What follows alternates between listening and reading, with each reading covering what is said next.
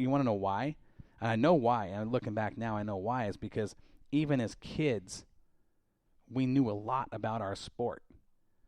Instead of going over and say, "Hey, man, how you doing?" It was kind of like from a distance, "I know more than you."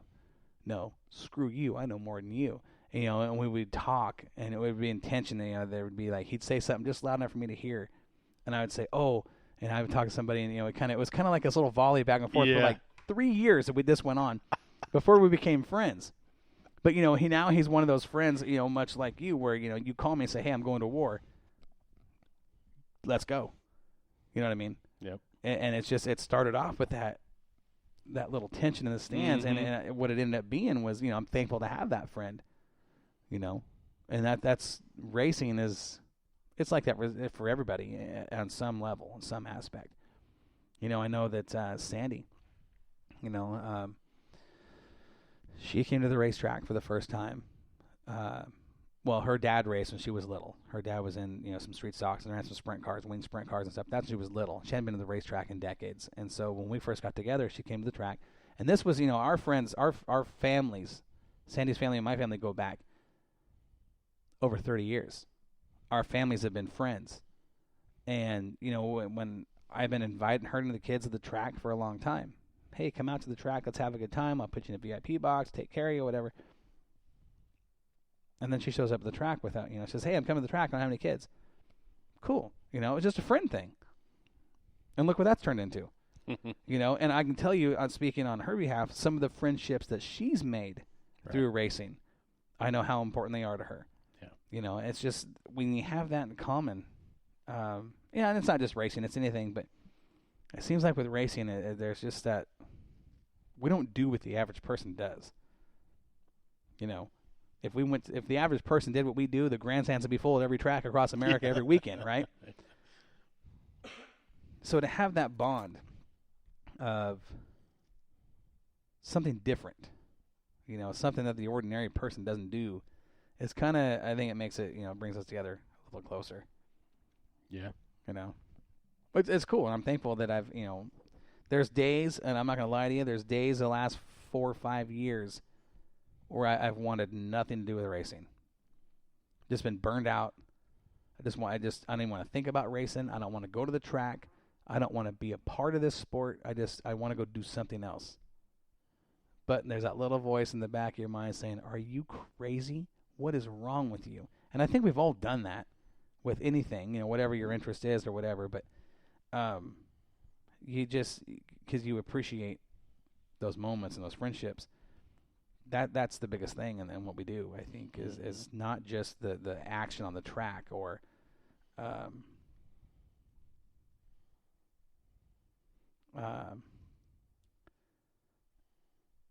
that bond is I don't know how to describe it. I mean, you truly, I can, like you said, growing up and looking forward to getting those tracks on Saturday nights to be with your buddies and your friends, and 40 years later, we're still friends, or 35 years later, we're still friends, and, you're glad you have those moments, and that's kind of what has kept me on the path that, I mean, and you've seen it where there's days where we're on our way to the track, and I'm driving, I don't even want to be going to the track. Yeah. But what happens when you get there? Mm-hmm. Completely different. Yeah. Flips. It does, because now you're in your environment. Mm-hmm. Now, you got your friends there, and you've got, there's that, the speed and the smell, and it's the whole package comes together, and you're like, okay. Well, it usually changes when we get down towards about Grants Pass. Race trailer. I know it. Yeah. We're going one way and they're going the other. Yeah. Oh, sprint car. Yeah. Where are they going? Yeah. And you start remember why. Mm-hmm. Yeah, I'm just thankful. I'm thankful for all those times, all those, the friendships and the bonds. And, I'm not going to lie to you. There's been some of the stuff on the other side of the fence too, where guys that you absolutely can't stand. And you want to get to the track, and whether you're a crew member, you want to beat that team just because that guy can't stand him, typically with me, and you know how I am, I'm not one to pull punches. You know, I think if you typically know where you stand with me one way or the other. There's very few people on that side of the fence in our sport. Very few. But I'm not going to lie, there are some. You know, and that's life. It's just you're not going to get along with everybody. You're not going to see eye to eye. You're not going to have different, thoughts and opinions. But typically, I'm not going to judge you and say, well, you think different than I do, so I'm not going to be your friend. You know, Right. There's a couple people that I just would as soon avoid as talk to them. But that's how it goes sometimes. But well, the good news is nobody listens to this show. well, thank goodness. But this is how we keep our sanity. Back and forth here on the table. And Yeah. Tracy Emery chimes in. She says, "I remember that day because I got to meet beautiful Sandy. I will tell you this: I've not been one to, since 2007. I've been at the racetrack pretty regular by myself. Going into 2014, there was that 7 years where it was just me doing what I do. And I remember when Sandy arrived at the track, I came out of the booth. Racing qualifying hadn't started yet. Came down to the booth. Met her at the bottom of the stairs. Walked her up to the stands. She has no clue what's going on. But I'm looking around out of the corner of my eye. I'm watching everybody's looking at us. Like, whoa, who's that with Corey? Does Corey have a date here? And truly, that wasn't the case. She was there. Sandy was there strictly as a friend. Honest to God, I wasn't inviting her to the track to, ask her on a date or just come out with the kids, have a good time. That's our family's been friends for, decades. Yeah. And she came out to the track by herself.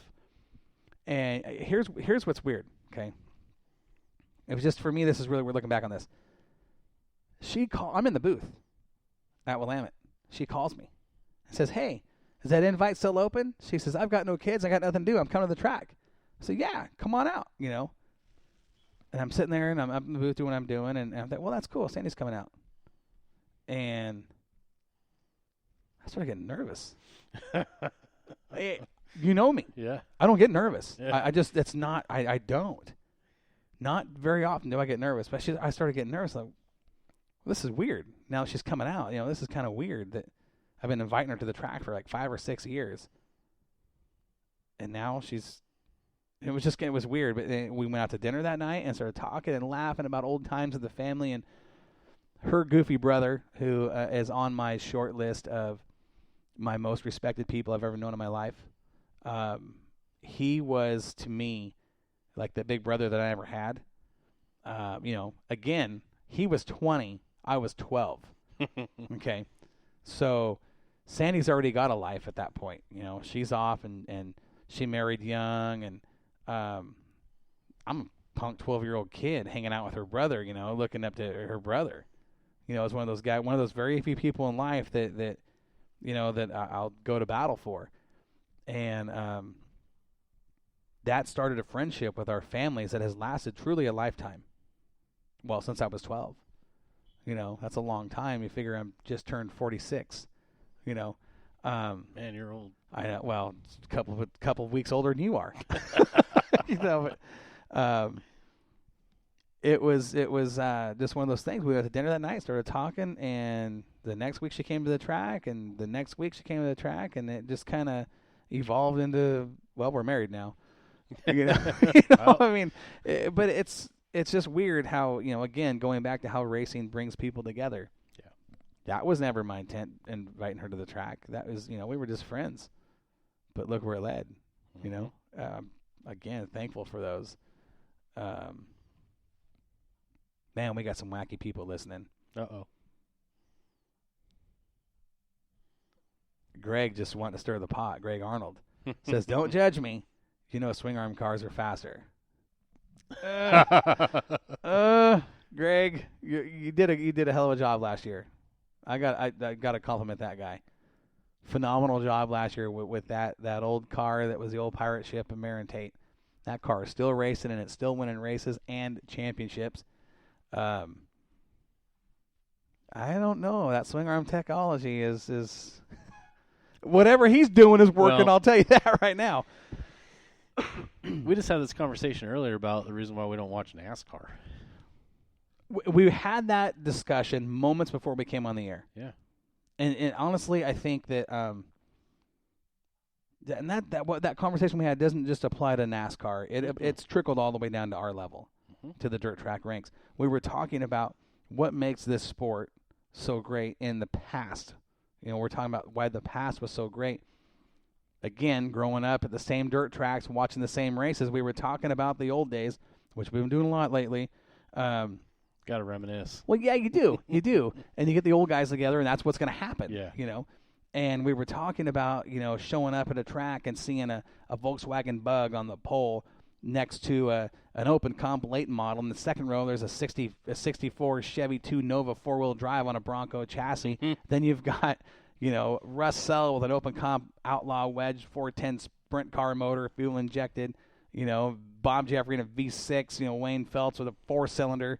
You know, you've got all these crazy cars and in the same open comp racing, the ingenuity. That's what was so, I mean, you never knew what was going to happen. Now, I mean, NASCAR is just garbage to me. I mean, everybody's the same except for the stickers on the car. I've lost all respect for the segment racing and the playoff system.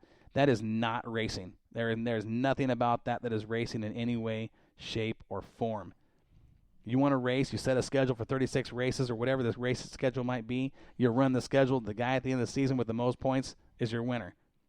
Now you take the guy and you get to the playoffs, and he might have 9 wins and be your points leader and gets eliminated in the first round of the playoffs. That is so stupid to me. That is so stupid to me. Thank God that has not happened in dirt track racing. But the ingenuity is gone in so many ways. Tell me one track in this nation, even what we do, where you're going to show up and see what we were talking about moments ago. Rob Lauver in a Volkswagen Bug, Silvernagle in a 4-wheel drive Nova, Russ Sell in an Outlaw Wedge, Bob Jeffrey in a V6, you know, Wayne Phelps with a turbo 4-cylinder. I mean, in an Outlaw late model. I mean, you know, sideboards and wedge noses, no tops, and, you know, the posse cars. How cool were the posse cars? You know what I mean? Now we've got so many rules. I mean, don't get me wrong. It's great. It's great. But there's so many fans. My point is this. There are so many fans that watch racing today and get excited, which is easy to do at a dirt track. If you don't get excited at a dirt track, you're dead. It's true. But they didn't get to see what we saw. Yeah. They don't understand what we saw growing up. They don't, you know, when we kind of get down on everything looking the same and all the rules being, you know, which you have to have them. You have to. I'm all for the rules and keeping guys as even as he can. I mean, you find out who can and can't drive. That's a theory behind that. But, man, growing up watching what we saw, it's I told you there was like kids today won't have stories like you and I have. No. I mean, we saw guys take dirt cars and go to the asphalt tracks and win, and those asphalt guys get mad. Then the asphalt guys want to retaliate. They show up at, you know, Willamette or whatever dirt track it was and finish second or third or fourth. And by these hillbillies, if you want to call them, you know, the guys that were on the asphalt were the guys that had the money, you know, and getting beat by these little dirt track guys. It was awesome to watch.